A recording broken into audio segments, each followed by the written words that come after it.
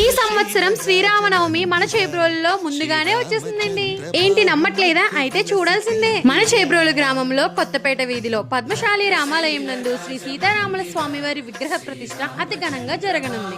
మంగళ వాయిద్యాలతో భజన భాజంత్రీలతో ఈ విగ్రహ ప్రతిష్ట కార్యక్రమం 17/3/2026 మంగళవారం వరకు జరుగును. శ్రీ విశ్వావసు నామ సంవత్సర పాల్గొన మాస బహుళ ఏకాదశి అనగా 14/3/2026 శనివారం ఉదయం 9:06 శ్రీ సీతారామస్వామి సమేత లక్ష్మణ హనుమంతులతో విగ్రహ ప్రతిష్ఠ జరుగును. విగ్రహ ప్రతిష్ఠ కార్యక్రమంలో భాగంగా 13/3/2026 శుక్రవారం అంటే ఇవాళ గణపతి పూజ, పుణ్యాహవచనం, రక్షాబంధనం, పంచగవ్య ప్రాసన, మండపారాధన, నీరాజన, మంత్రపుష్పాలు పురోహితుల సమక్షంలో మన పద్మశాలి రామాలయం నందు అతి అద్భుతంగా జరిగాయి.